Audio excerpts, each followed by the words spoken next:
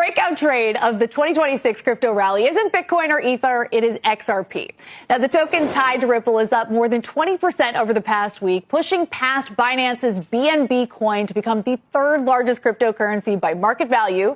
And even with the broader crypto complex pulling back today, XRP has been the quiet outperformer for months now. The use case here is payments, specifically cross-border settlement. Ripple designed XRP as a bridge asset. When a bank or payments provider needs to move value from dollars to yen, XRP can sit in the middle and help settle that transfer in seconds instead of days. Now, it's aimed at financial institutions and payment rails, which is a very different pitch from Bitcoin's digital gold narrative.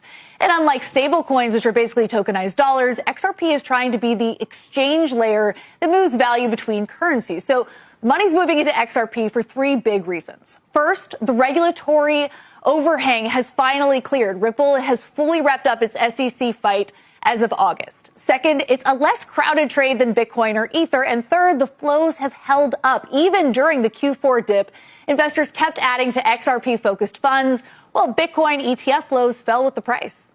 How do you think the declines in Bitcoin and Ethereum fit into this? And specifically, these are two coins that have been wrapped up in digital asset treasury companies.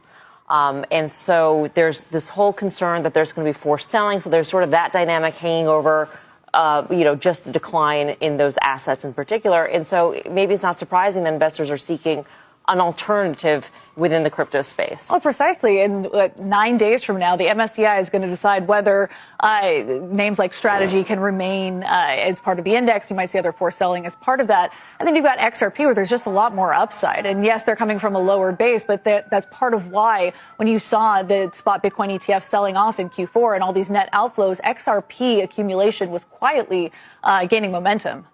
I like the narrative on XRP, but I'm questioning the timing. Like, to have banks doing cross-border payments and settlements with the blockchain, to me, still feels like quite a ways away. I mean, right now, there's a lot of talks at the Bank for International Settlements and in other multinational institutions about how do we have interoperability? How do we make this work? They haven't even figured out what the rails look like, what the rules of the road look like. Europe and the U.S. don't agree. God knows what China wants to do. So are you buying it now, knowing that, again, I feel like a broken record here with my copper comment, it's going to go down and up a lot before this is not a straight line at all. I feel like it's more of a hedge against the decision coming from MSCI. I think that's part of it, certainly. They want to be the SWIFT of, the international banking system. But at the same time, we're waiting for, to your point, rules of the road. And so the crypto market infrastructure bill, which we've been talking about for a full year now, is still in the markup stage in the Senate.